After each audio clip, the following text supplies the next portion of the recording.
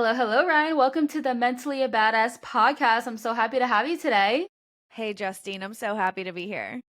I am so excited to get into talking about childhood trauma. When I found you, and that is all about like Mentally a Badass. We like to go deep into your past to understand you, and it seems like you have like a lot of wisdom that you're going to bring to this episode. So I'm super excited to chat with you today. So, how did it shape your identity and your perspective of life? Let's get into that. Yeah, totally. So, just from where I'm standing now, it's interesting like looking back in retrospect. For a long time, I had this woe is me attitude as I walked through life. And now I realize after the past decade, like going through the fire, doing the work, that it's all for a reason. And so it's interesting, like, as we'll be talking about this, I have this immense gratitude for these hardships that I had. I had to actually three very imperfect parents who were just doing the best that they could, which was like mostly pretty terrible. And, but it was the best for them. And, I was 6 months old in my crib when my biological dad, basically threatened to kill my mom and me. Good. Yeah, and, I don't remember that Mm-hmm. consciously, Yeah. but much of that somatically and emotionally carried with me through my life. Mm-hmm. Fast forward to when I was 7 and my mom got remarried to my stepdad, who is still the person who I call dad today. And, it was still imperfect and it was lots of emotional neglect. Like, Mm-hmm. I was basically an only child. I was 10 when my brother was born. And it was rough and I felt really lonely. It was Yeah. like the breakfast cereal box was like my breakfast buddy. Like it was Mm-hmm. a really kind of lonely life. But the undercurrent of all of it was that I lost my dad when I was, 3, when my mom took me away from him because he was not able to parent. I also have 2 older half sisters and he was not able to parent them either. And so there was this, it was the 80s. My parents, my mom and my stepdad weren't like, oh, let's put her in talk therapy or art therapy or like, let's get her some help or get her a coach. Like, it wasn't like that. It was just like, your dad is sick and he can't take care of you. And so I was never able to fully like process that grief. And the Mm-hmm. grief was tremendous, which ended up coming out later. And I'm sure we'll talk about that. But yeah, it was, little Ryan was lonely and she felt really weird because her parents were divorced and she had a stepdad. I changed my last name, which I remember like my mom asked me when she got remarried, like, do you want to change your last name? And I knew it was like a big deal to her. So I'm like, sure. And so I felt like this oddball growing up, basically. Yeah, yeah, that totally makes sense. I want to go back to the part where you said that your father threatened to kill your mother. I know you obviously weren't conscious during it. I can't ask and be like, "Oh, so how did that go?" You know what I mean? But did your mom like tell you like what happened during that? Like if he threatened that, did she call the authorities? Like did she tell you anything about that? Yeah, so that household was a very physically abusive household, which I've heard from my 2 older sisters and from my mom. This was much, much later that my mom actually told me. It was as I was going on to my healing journey and as I was talking about my dad and my past and things like that, that she said, like, yeah, it was pretty intense. And he was abusive to her. He was an alcoholic. He actually died about, I guess it was probably about 12 years ago from liver cancer. Like, he never was able to stop drinking. He never was able to address these very real demons that he had inside of him. He couldn't overcome this darkness in himself. And no, my mom didn't call the authorities. She was and is a firecracker. And so she fought back. She fought back until she couldn't fight back anymore. And so it was volatile. I was born into a party situation. I was conceived the night after a party. I recently asked my mom, I was like, I want to know the night of my conception. And, lots of alcohol abuse and use. And my sisters, who I love and adore, I've kept a relationship with them. Luckily, they were 14 and 16 when I was born. And so they very much like also took care of me. So imagine these like alcoholic parents enter like teenagers like taking care of their baby sister who Yeah. isn't their real sister. Their mom had actually died when they were 8 and 10. And so this place, like this house that I was born into was so dysfunctional, and everybody was sweeping all their shit under the rug. And then here I came, this like cute little baby, and it was still the case. So, Yeah, kind of yeah. sounds like kind of being like in a way, I don't know, this kind of sound weird, like born into chaos in a way. So you said that your sisters, their mother passed away. So do you guys share the same father? Yeah. Oh, okay, and that was the father that threatened to kill your mother? Yes. Oh, so you Yeah, guys so are we kind of had in a the way same trauma dad. bonding, I So, guess. yeah, for sure, for sure. And I mean, it's interesting now because they're so much older than me. We have like an aunt, like kind of like niece relationship. Although now Yeah, that I'm like an adult into my 40s, we are much more like on an even playing field. And so yeah. we've talked about it quite a bit over the past, like, I would say 5 years. And yeah, like they don't even remember some of this, because I asked them and I think they've been on their own journeys trying to heal and it's different than my journey. And so, Hmm. like, I do get a little bit of feedback and a couple little stories here and there about what it was like. And it was rough. And I think, too, they've gone on to be like wildly successful women. Hmm. And so much of that they had to just like compartmentalize and like put in their past too. Yeah. But yeah, we were bonded by this like kind of crazy place that we grew up in. And we've each grown in our different and separate ways. But Hmm. we still keep in touch, which is great. That's good. Where did you grow up? Michigan. Michigan. Gotcha. Michigan, but we moved to Florida. So I live in I'm Florida from now. Florida too. Oh my Nice. gosh, where do you live? We're in Boca Raton, I'm South in Florida. Orlando area. Cool. Oh, that's so Awesome. funny. Oh Yeah. wow, that's So you're going to cool. Podfest next week or this I week, am. Are right? you? Are you? I I'm Please. not. Darn I it. I know I've been a couple years and this year I just decided not to make the trip, but maybe next year. So, when you're in school, like, what was your school life like? Yeah, that's a good question. I remember, so we moved down to Florida, this like little bubble of a town called Naples, Florida, which is still there and it's like really big now. But in the 80s, it was like kind of a small town still. I mean, many towns were in Florida. And I just remember feeling like, and this was just my perception, it probably wasn't even reality. I remember feeling like I was the only kid who didn't have two parents, like her original dad. I did get bullied a little bit as I got a little older, like into middle school and high school. I bounced around schools a lot. So I went from public school to private school, back to public, back to private, wait for it, back to public. Like that's the actual trajectory. And so I never had a chance to put down my roots. And which is interesting because that's what I needed. I needed Yeah. this sense of belonging. I needed this sense of, like, safety, which if any of your listeners are, like, into yoga or spirituality, like, the root chakra is, like, the base of your spine, and it's literally just, like, being grounded into earth, and so I was Hmm. very not. I was, like, really flighty, kinda jumping around from place to place, and so again, just felt like, "Where do I belong?" Just had this, like, sense Yeah. of whatever. The good news is that I knew how to hack the system. So I was like a pretty good student and that always like kind of helped me. So I always liked school, definitely for the social aspect. Like I did have friends here and there. But then too, I was like, I could do this. Like I got the system hacked. Yeah. I was gonna ask you, did you have like any identity challenges or go through like mental health problems in regards to like anxiety and depression? Because you've been through a lot as a child, and then listening to how you've gone to like private and then public and then private and public. Like, I've been through multiple schools myself. I mean, not like I've been to like three before high school, but not like back and forth. But I can understand how that can have an effect on your mental health and then also just like future. So can you talk to me more about like how, because I feel like it catches up to you in high school. Mhm. So, how was like your high school life? Like, did you struggle with your mental health? Like, I just want to know who was Ryan in high school. Yeah, Ryan in high school was like pretty happy and it's interesting. Oh.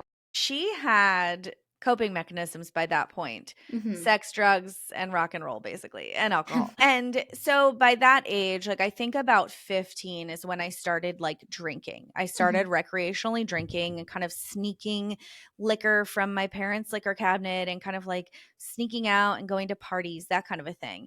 And so I think because I had that coping mechanism and I did have some good friends then who were willing to party with me and like would have fun. I think, you know, she was happy. She was satisfied, but really, really, really deep down, which she wouldn't let herself feel, she was really, really sad. There was this Yeah. undercurrent of sadness and looking for love in all the wrong places, which she never found. And then really, I continued much of that behavior on into college and like kind of through my mid 20s. And I would say maybe mid 20s is when I started having this very slow kind of awakening process. And yeah, I love reflecting on all my like the versions of my past self because that girl is still with me. I Yeah. still in many ways like love her and honor her. Yeah, and I'm really glad you explained about how deep inside you were sad, because I was actually going to ask you, because you were saying you were happy but then you were doing like alcohol and drugs, and typically that means that you're not happy. So Totally. I was going to clarify that. I'm like, wait, is she being sarcastic? Like I couldn't really tell, but like you just explained it, thankfully. Right. Happy on Yeah. the outside, like really, Gotcha. really, really dying on the inside, but not knowing though. Like I wasn't even Yeah. aware of it, you know? Same, same. Yeah, Like I used to do that too in high school. I mean, I'll drink. I think I smoked weed like once, but I didn't do like any hard drugs, but I would like party. Actually, like fun fact, last night I just went into a deep dive in like my Instagram. Instagram came out in 2011, so I guess I'm showing my age here. So I was like a junior in high school. And okay. so that was like I feel like that's the, what do they say? Like a trail or a digital trail, or what do they say? Totally. I was Yeah. I was lucky to miss that. I was a junior in like the 90s, so I was lucky. Oh, yeah, because I'm like 29 years old right now. Obviously, in Okay. a completely different life. I like to say just a 3.0. And I look at it, I'm just like, thank God I'm not in a position where I'm looking for a job. I And mean, they're I doubt they like, would like go into like 2000 like right, all the way photos and back. such. But I Right. look at these photos and I was like, oh my god, like I was like drunk here. Why Yeah. am like, why do I have like my shirt up like this? Like what? And the thing is too is like when I was looking at it, I'm like, I remember exactly that day. Like I Mhm. remember it so well too. Which you think you wouldn't, but parts of it. But I'm just like, who the heck is that girl? Mhm. But I feel like, she could come out here and there if I'm at like, I don't know, like party as in like maybe a wedding, Yeah. like I don't go to obviously like house parties or anything like that, but she can kind of come out a little bit, but then you just gotta like give her some love. Did you ever kind of have like, when I mentioned like the whole 3.0, like do you ever like, because you're also talking about like the whole spiritual like the awakening, like I feel like I've been through that too. So like I guess you see yourself like that. Like how many versions do you feel that you've, because we involve at people. So I said like 3 for me. Like what would you say is for you? Oh Like 27. Like a lot. A my god, lot. I love that. A lot. And so you've got that to look forward to in your 40s, babe. I mean, I'm about to be 42. And yes, a lot. Like a ton. I mean, Yeah. you know, I I'm like so you could go so granular and say like we're new like right in the second from who we are, from who we were, a second ago. Like Mhm. we could even like go as granular as that to like really put it into perspective of like we are being reborn, we are being new all the time. Like every 7 years our like entire body, like all of the cells in our body regenerate. Like Yes. think about that. And so if our emotional, physical, and spiritual, health, so to speak, isn't like catching up with that, then, we're not growing. We're dying, which I mean, we're arguing like everybody's going to die anyway. But so, yeah, there have been a lot of evolutions and like not without struggle, not without resistance, even. at first I was like, I don't want to change. I mean, like late into my 20s and my 30s, like sometimes still I have moments where I like revert back to old me. Like this morning I Yes. picked a fight with my husband and I could see Hmm. myself doing it. I could see it, and I'm just like, okay, this is not how I should be reacting right now. And yet here I am reverting back to, something that isn't helpful, this emotional place that I'm still stuck. And so we're always being presented with new opportunities on how to be more kind, more compassionate, more loving for ourselves and for everybody around us. Yeah, yeah. When you were talking about how like you're picking an argument with your husband, I'm like, isn't it kind of like it's a great thing to be self-aware? But I feel like when people say it's awesome that you're self-aware, just see, I'm like, yeah, it's a blessing but a curse at the same time, because then it's like I feel like I'm like watching myself self sabotage. Yeah. Yeah, I just like Yeah. it's hard. It's so hard. And when you feel like part of you, like the old you comes out, I mean that just goes back to like our core beliefs. Like Yeah. what was like embedded like into our brains and such. Mm. Fun fact before I go into like the next. Did you ever hear about this guy? His name is Brian Johnson and he's like this like don't die guy. Like he's trying to live forever. Oh, Have you heard geez. I have you have heard not about heard of him? him. No, no. He's Yeah, like a I heard about biohacker? Is it like a biohacker? No? something like that. So the way I Okay. found him was so I listened to the On Purpose Jay Shetty podcast. I love Jay Shetty. But yeah, me too. Yeah, so I saw like a teaser on Instagram, and it was like he was interviewing this guy about like not dying and like living forever, and I was like, oh, I'm intrigued. So I did obviously a little bit more deep diving, and it's a Netflix documentary. So naturally, I had to watch it. So I watched it last night, and I just thought that was so interesting.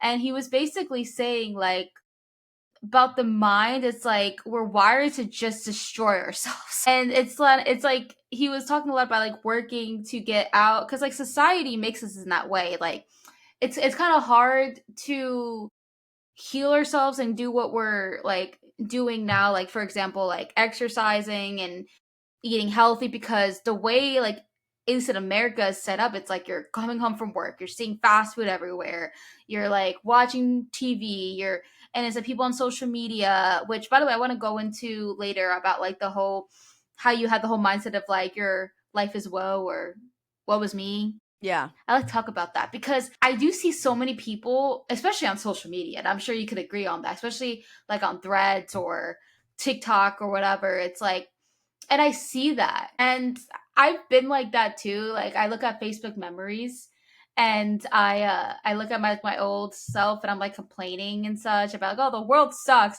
But then it's like Mm. 5 years after that, I'm going through my whole awakening and I'm like, I'm so grateful for this like toaster. Like, I don't know, something super, I don't remember what it said, but it'd be like a whole paragraph of like talking about how lovely the world is and giving advice and wisdom and everything because I started working on myself. And then I look at these two things and it's like mind blowing. And I'm like, who is this person? Isn't that insane? Have you ever like looked at your Facebook memories and you just like, I don't Yes. know. Yeah. Yes. Yes. I have some cringeworthy stuff in there. And sometimes when they pop up, I'm just like, delete, The delete. But I want to talk about the after self sabotage thing too. I huh. just want to circle back around to that because, it is a blessing and it can be seen as a curse because it's another fucking growth opportunity. Can I Yeah. can I drop a F bomb Yeah, on the yeah. pod? Go for it. Like, it's called AFGO. I think it's hilarious. Mhm. Another fucking growth opportunity.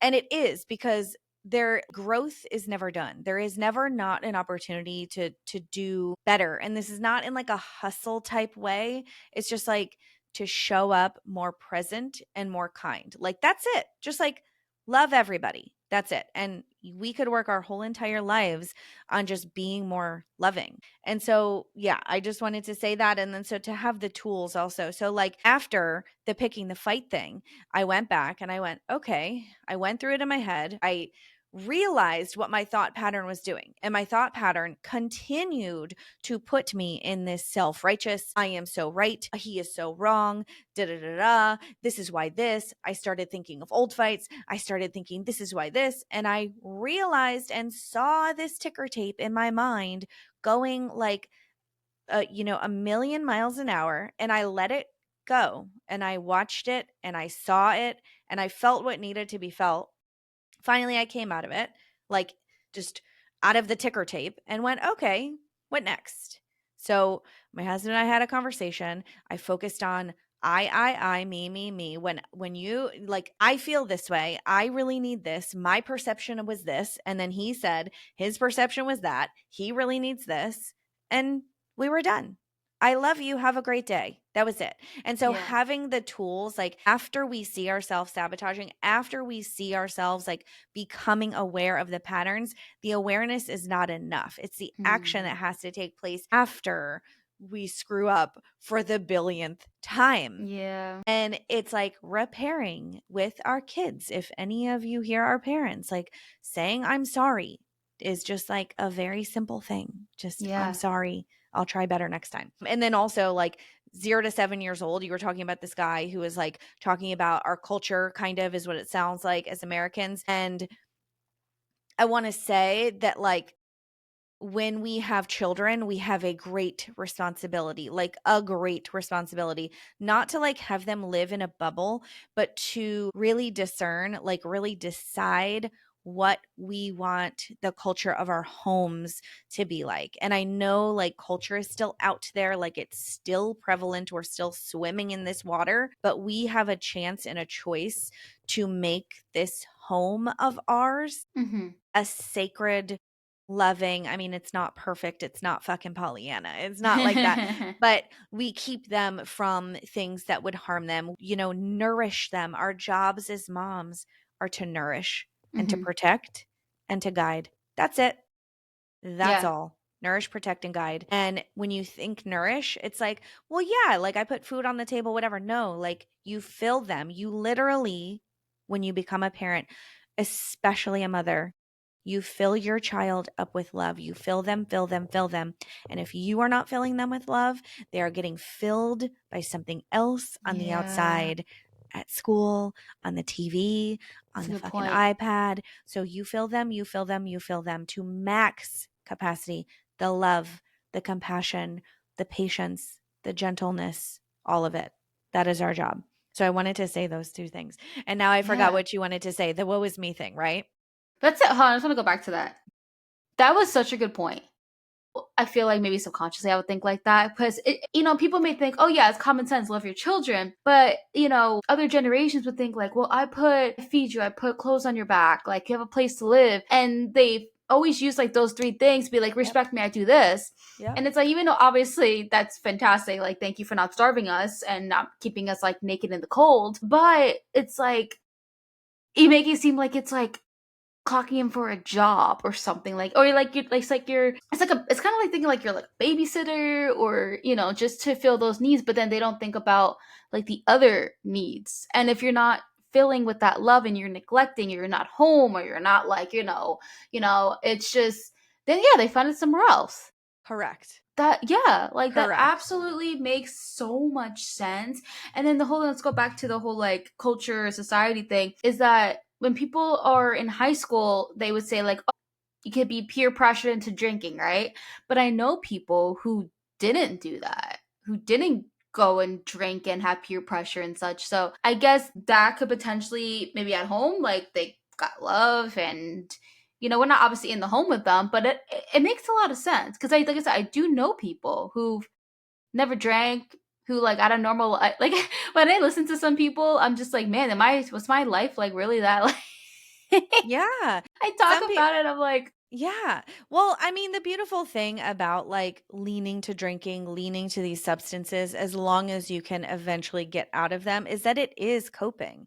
Like, what yeah, else would have taken place? Like, if not the coping mechanism of alcohol there, if not the coping mechanism of like going to parties there, like, then what? I mean, hopefully nothing worse, but possibly, like, and it works until it doesn't work anymore. But yeah, I think some people do get like, filled up and it takes like pretty like it's not we don't have to be 100% as hmm parents like yeah, we like don't get me wrong, I have 3 kids from the ages of 3 to 10 and parenting is it's exhausting and it's beautiful and it's like just like I wanna say never ending, but that's not true. Like, at some point, it does actually end, at some point, your kids do grow up, but to, like, be in the moment and actually, like, just pour into your kids, it's just I could talk about it all day long. Like, you can see I'm getting so pumped up about it because I believe, and I don't have this, research yet from my kids, but I believe the more we do pour into them, the less they need to go looking somewhere else Uh, for Makes the sense. thing that they feel they're missing. Yeah, I mean, like I said, like that was the thing where I was just like, Yeah. I got moment or like lit up into my. So I was like, I just love Yeah. where you're just like, you went from what was me to like, okay, I need to like, So it coincided with marriage and kids for me. And that was like the big, big catalyst, and more so the kids first. And so mm, my daughter was born, my oldest was born in 2015. And at that point, I really had like, I was kind of quote unquote settled down. I had been married for a year. I was kind of like, we were in this kind of like happy little relationship, like nothing too major had come up. We were newlyweds, everything was kind of easy. But it hit me like a ton of bricks one day. And I was trying to kind of have this same lifestyle, like, in a way, like, it was like a Sunday, I was on a boat, I was, like, drinking. I no longer drink, by the way. I've been, I guess, quote, unquote, "sober" for 4 years, and all of a sudden, I had this, like, panic attack, and it was at the time, I was like, all I could think was, like, "I'm gonna die. Like, I'm gonna die. Everybody wants to kill me. Hello, like 6 months old in my crib, like way flashback to that, right?" And I didn't even know that at the time. Did not know that that was a thing. It was after that I had talked to my mom about that. So thought I was going to die, had to get back to my baby. My mother-in-law was babysitting my baby. Went back to her and basically was just like, my God, like, I have to get a divorce. I have to move out. I can't do this anymore. And everything that I had been holding down like a beach ball, like under the water, just like popped up. And I didn't know what it was. Like, none of mhm. these things I was thinking made sense. I'm going to die. No, you're not. Like, I'm like here standing here talking like, no, I'm not going to die. Like, everything is fine. My baby is fine. I was like panicked about her safety and my safety, and so I realized, like, oh my God, I have to do something different. But at that time, like, I had no idea what that meant. Like, something different? What? And so that's why I said it was like a very, very, very slow and arduous process to like one foot in front of the other. Like, that's it. Just one foot in front of the other, nourishing my body like on a daily basis, just 1%, like 1% better than I was doing. Like, eating the healthy food, going to bed at an earlier time, like having my husband help wake up with the baby, like all these like really little changes, saying like, "Hey, I'm really overwhelmed. I need some help," to someone. Mhm. And so that's when it really started. I was 31-ish, and it's been a decade now of this like slow unfolding of like the things I need to take a look at. Yeah, I feel like it always has to be a moment where you hit rock bottom where it's like, okay, I don't want to like live like this anymore. Like something has to change. And panic attacks are the worst. I literally ended up in the ER once. Yeah. I Yeah, didn't know what it was either. it's crazy. Like Yeah. I knew my mom had panic attacks, but like I guess the way I thought about panic attacks, like you see in movies just like hyperventilating and such, which is part Right. of it, of course. But Right. it's like no one talks about like the weight and then, like it feels like you're literally having a heart attack. Like I literally fell to the ground when I had Really? I because you know what it Wow. was is I was actually sleeping. I woke up in a panic. Like it Really? was really interesting. Like I woke Wow. up and what happened was, so I have a eye condition in my right eye, I have glaucoma. So there's already fear right there with my eyes. So I woke up and I couldn't see anything. Like I was like blind for a Oh, second. So yeah. that's what put me into a panic. Yeah. And it was like my worst nightmare and I completely lost it. And then I was having all of these like symptoms of panic attacks and like I fell to the ground because I was in, like that was how much pain I was in. and Yeah. I couldn't like control myself. And then I literally ran to the bathroom. I like my face was freaking like yellow. I'm like, what the heck is going on with me? And I really thought something horrible was happening. And I like called my roommates were in home at the time, of course, naturally, of course, like that one time they're not home. And I was like, guys, like I need to go to the ER, and they took me, and they were like, no, you're fine. I'm like, okay, well, yeah, but that was a Yes, hospital but I'm bill. not. Yeah. Right. Well, I mean, just they did tests and stuff, I think, but they were Right. like, Like yeah, you're physically fine. right, Yeah. exactly. Yeah. So yeah, I was like, oh, I just had my first panic attack, but I wasn't shocked just because I knew it ran in the family. So I'm like, oh great. And then I had another one when I took a gummy, didn't realize how strong it was, and I went to a panic, but that's a whole other Oh, yeah, thing. that'll do it. That'll do it. Yes. Yeah, yeah. And it was an accident too. Like I didn't Uh-huh. realize like, yeah, that's a whole You're like, other. "Oh, this CBD gummy looks really great," and then Yeah. you're, Well, like, out of your mind. THC. No, I know, THC. but you're like I've heard people, like, act thinking like they were having a CBD gummy, but they, Oh like, totally God. just put themselves, like, into another universe, like, by eating Yeah. this. Oh my God, I Yeah, was on like a completely different planet. It was that'll do it. horrible. It was absolutely horrible. That was like not even that long ago too. It was like almost 3 years ago. Like really not. That was pretty recent. Yeah. But yeah, no, panic attacks are the worst. So I know you like. Let's talk about positive psychology, and I also want to break down another like within that. I also want to talk about toxic positivity as well. Ooh, yeah. I love that topic, and I love talking about it because I hate toxic positivity. Yeah, that's a big one. Can I just say one thing on the panic stuff first, Yeah, and then sure. okay, so I think okay, so fear, right? It's so interesting because for me, like, emotional intelligence was, like, one of the first and, this is, like, related to the positive psychology thing, so this is good. It's a good segue.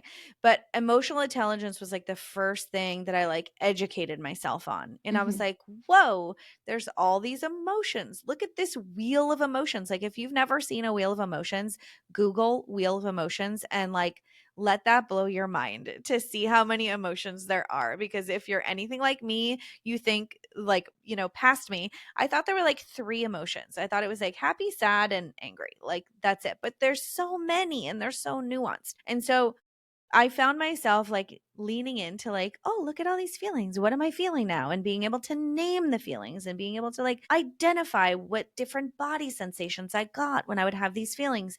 And fear has hands down been one of the hardest emotions. And I feel like this is probably universal. So this is good.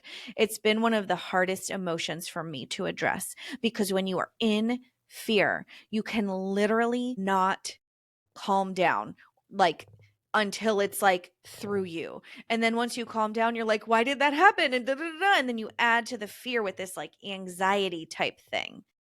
And so I just want to address, like, if someone is having panic and fear, like, the most important thing that I found, and this is I am still, like, unfolding this, is to get grounded, like, get your feet on some grass and look around you. Even, like, putting your hands and your feet on the grass, like, doing, like, just lay down on the grass, like, lay down on the ground, get grounded, breathe deeply, which I know when you're panicking is not easy, but I believe that you are resilient and I believe that we are resilient as humans. And so if you know how to breathe and you can get down on the ground, that really, really helps with processing fear. Because the thing with fear is that if you don't actually address it, it just keeps coming up and Hmm. up and up and up and up. And then listen to Justine and I, it comes out as a panic attack. The more you brush it under the rug, it's going to manifest in this big, ridiculous thing that you end up going to the hospital and spending $2,000 on, or you end up like going out of your mind and like whatever. So How do you address know me? the fear, like Oh my figure God. out the fear. Don't brush it under the rug. It's okay. There's not a monster under the bed. Fear is one of the, like, just lowest vibrational.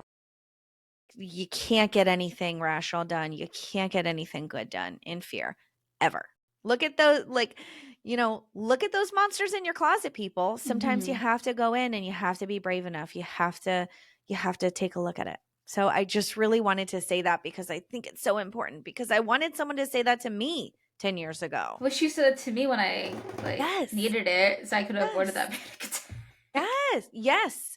1000%. But what were people saying to you? Here's the toxic positivity. It's fine. It's okay. Don't cry. And if you listen, you guys, when you go to a store or like Target or the grocery store or something, listen to how parents talk to their kids. I want you to Mm, listen to how parents talk to their kids because most of us were probably talked to like that. Stop crying. It's okay. If a kid is scared, oh, there's nothing to be scared of. And we want to mm, sugarcoat it and talk them out of how they're feeling yeah. instead of going, you're really scared about something. Okay, tell Mm-hmm. me more. That's it. Yeah. That's it. Smart.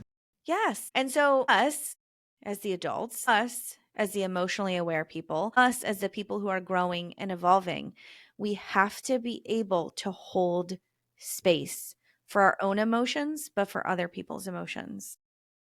Yeah. And I want to go back to the whole like ignoring the fear until it all manifests into a panic attack. When you said that, and I was talking about like my whole eye thing with the panic attack, is before that, I was in Delululand. Yep.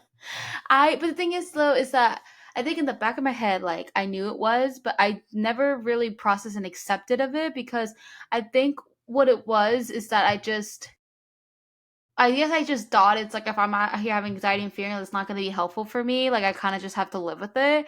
And another thing too, it's like my whole life I had to deal with something like this. Like even though I was diagnosed with glaucoma when I was 17, I was born with a cataract. So I've had eye problems since I was out of the womb. And I think I just kind of developed this coping mechanism where I just needed to just be strong and just I as a child I didn't fear any of it. I was just like, okay, this is what it is. I go to these appointments every 6 months, blah blah blah. And then like my mom would show the fear and anxiety, as a mother. And then I would always I then again, like I always like feel that I had to be strong for her and hide it because I didn't want her to feel worse. Yep. So I did that and I developed that. And I'm sure like actually, I don't even know if she knows I even did that. I mean, she's like literally in the living room right now. But I did do that because I didn't want. She always blames herself for like all my eye situations. I'm like, it's not your fault. It's not like you were drinking and smoking when you were pregnant or anything like that. Like you did everything like right. It's not your fault. And but I mean, you're a mother, so you can Yeah. I guess relate to that. But yeah, no, and I felt bad seeing that as a child too. So I think I just developed that to just brush it off all these appointments, just be like, yeah. And I think I thought I was also helping myself because I was just trying to just like I guess I think I just saw it as helpful for myself, like pretty much pretending it doesn't exist. So I felt okay with myself, but I didn't realize, I guess, me doing that. But also remember, I'm like a child or something like that. And Yeah. it came out, I guess, it was actually when I was 22. And that's when I had that panic attack. And yeah. And I would always like, even when I did cry like by myself, it would always be like in my room, like I would never show it out. And then recently, like a couple years ago, that I started like having my whole mental breakdowns and like in front of my parents, and it was just like a whole like river of crying and such. And I'm more open about it now. The lie that culture is constantly feeding us that we will be happy when, we'll be happy when, blah, blah, blah, blah, blah. No, we have a chance to be happy now. We have a chance to be happy now. And that's not to discount like very real issues. If you even wanted to take it a step further, physical issues in the body are all related, I believe, to some sort of mental and emotional thing. Yeah. And so, like, I mean, Louise Hay, You Can Heal Your Life is like the classic. So she's got like an index in the back of her book, and it's like, oh, I'm having pain in my foot. What does that mean? You don't feel like you're on stable ground. You're feeling very ungrounded. And so you like Mm, kind of you look inside yourself and you go, where am I feeling ungrounded? Where am I feeling unstable? There's that thing. Wow, the foot pain's gone. I had to go through the thing, not to say, like, you know what I'm saying? yeah. So we need to be careful as people who are like growing and learning about ourselves to like not keep fixing ourselves until the cows come home. Like there is a point where we are like imperfectly perfect, right? And like we don't need to take another course. We don't need to buy another book. We don't need, like it's just like being here now. being happy now, not letting that anxiety, like I heard you saying, the Googling, the symptoms, the going down the rabbit hole thing. Mhm. Like, we can just be here now. We Yeah. can just be here now. Yeah. No, I definitely like have that same idea as well. And like I know when I'm doing it, I'm just like trying my best to like I feel like it's like kind of like auto and I'm like trying to like stop myself and I'm like, okay, Yeah. put my phone away, like go to sleep, like just take your and I kind of like, do my breathing and such and I try my best, but I do want to go back to the whole like fixing thing. So I do agree like when it comes to the whole like with the eye thing that I was talking to you about, like the whole Googling and everything like that. But what do you, and I believe that, we should be happy in the now. But what is your, I guess, take on like the personal development world? Yeah, I have mixed feelings about the personal development world. The personal development world really, really helped me get a grasp on the emotional intelligence. I looked into positive psychology. I realized that our thoughts create our emotions, create our behaviors, create our thoughts, and that it's this big wheel. And so that stuff was really helpful. What I'm not super in love with is everybody being a coach and everybody Mm, coaching coaches to be more coaches. Like that whole kind of thing. There are amazing life coaches out there. There are amazing therapists, there are amazing guides, and I do think that on certain seasons of our lives, like we do need somebody who can mirror back to us what we're saying. We need somebody to point out our blind spots. Like we do need that. I also think like we can get very easily addicted or use it as a coping mechanism to keep improving, keep pushing, keep striving, keep hustling. And then it just ends up being one more thing that like is empty at the end of it. It's empty. yeah. My favorite book, one of my favorite books, fiction books, is The Alchemist. And if you haven't read it and you're on a journey with yourself, read it. It's the best. And it's basically, I don't want to give like too much of a spoiler alert, but everything you're looking for is already in you. Yeah. Yeah, that makes sense. And I also think it's has a lot to do too with like I guess a certain amount of personal development, like reading books and obviously exercising and eating healthy is good for you, but if it's like to the extreme. Yeah. Like for me, I read one book at a time, Yeah. but I don't like I go to the library and I find a book. Right now I'm reading the book Remembering and it's psychology and it's about like the science of memory and the art of forgetting and it's really really good. That sounds Yeah. interesting. Yeah, I found it in the library. And so, yeah, I read one book at a time because one, I feel like I don't want to overwhelm myself.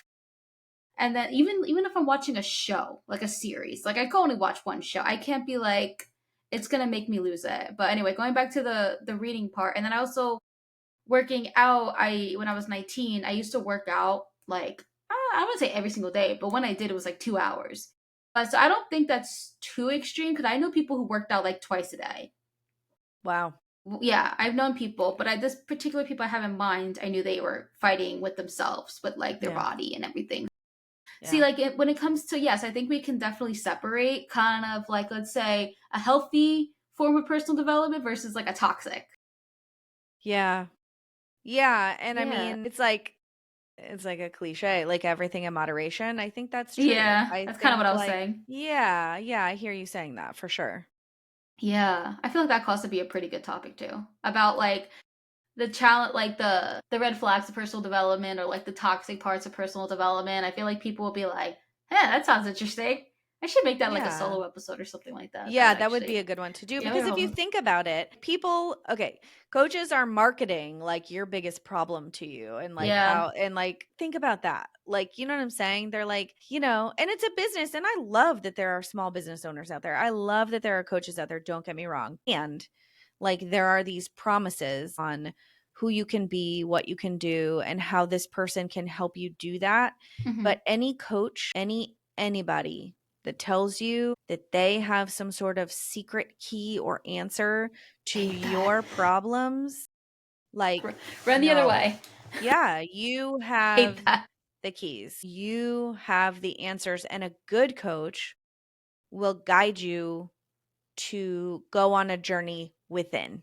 Yes. And you will ultimately get your answers from inside, not from out there, not from anybody else. Yes.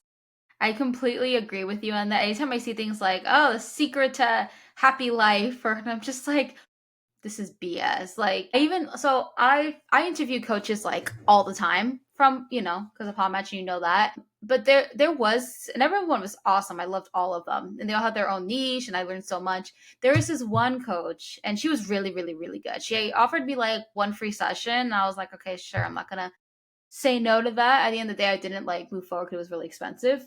But honestly, if I had the money, I probably would have moved forward because she was so good. And what she did was I did learn from within.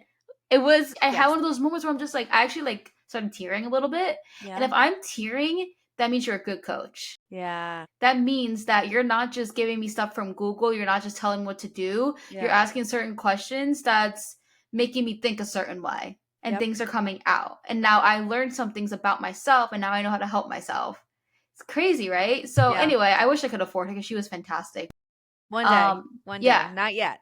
Yeah. I mean, it was very pricey. Yeah. I was like, but I mean, hey, she clearly is worth it considering like just that one session. I'm like, that was so good.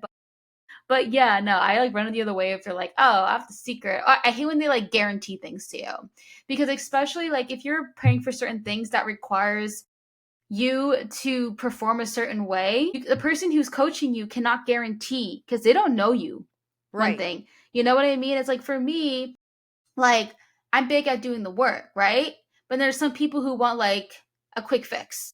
Yeah. Like everyone's Yeah. different. So it's Yeah. like you can never guarantee that you're going to hit this certain goal. It's all at the end. I mean, and I've been noticing lately, like over recent years, that coaches are putting like disclaimers now, being like, you got to put in the work too. Like, because before, like, they didn't have that. And that's where it was like causing all these like problems and probably suing and such. But it's so, yeah, they have to make it very obvious. It's like,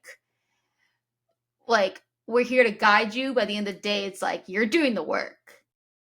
It's Yeah. all like really up to you. But yeah, I'm glad that we're talking a little bit about that because I feel like that's such a good topic. But let's go ahead and I want you to talk about your podcast, Raising Wild Hearts. Like, what is it about? What can people expect out of that podcast?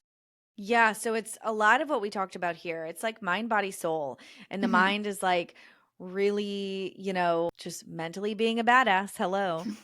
The spirit is that connection to creator, God, source, whatever you want to call it. I happen to call it God. Sometimes I call it universe. And then the body for me, a lot of it is parenting because parenting is really physical. Yeah. Just from like the get-go, it's physical.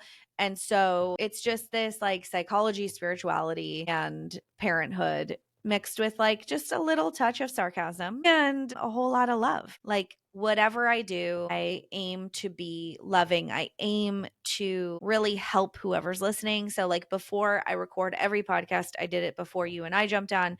I close my eyes and I go inside and I pray that the people who need to hear it will hear it, that it will Yes. land in the hearts and minds of the people who need to hear it the most, and that it will get shared Hmm. and that it will help change somebody's day, which will help change somebody's life eventually. If we make enough positive choices on a daily basis, we will have a different life in two Yes. months, in 6 months, Yes. in a year. So, Yes. Oh my God. Let's just dip a little bit before I let you go here because choices, yeah. choices, oh, so important. And oh, okay, sorry, I'm getting a little like, I think my coffee is almost done. So, no, the power of choice. And I feel like I am so big, and I'm sure you are big on accountability. Accountability, and that we have free will, we make choices, and all the choices that you make up until the life that you have today. Wait, did I say that right? Your life today is from all the choices that you made. Correct.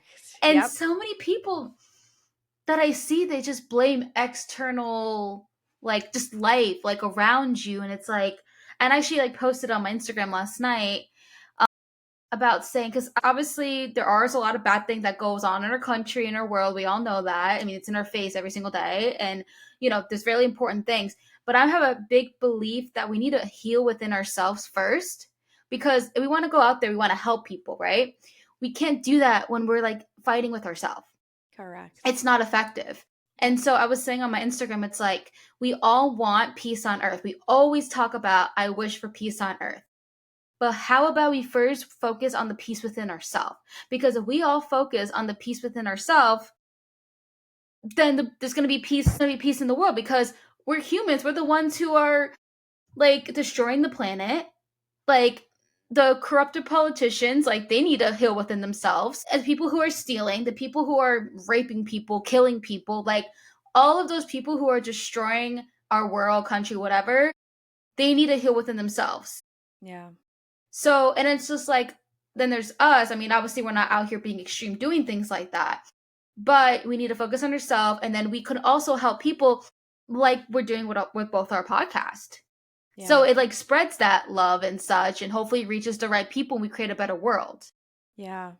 Yes. Yeah. Just want to throw that out there. Oh my gosh, throw it, sister. I believe we can change the world by starting at home in our own minds and hearts. And Yes. it's not something that I just say. It's not just like a cutesy saying that's like, "Ooh, that's good for marketing." No, like we get to show up in love.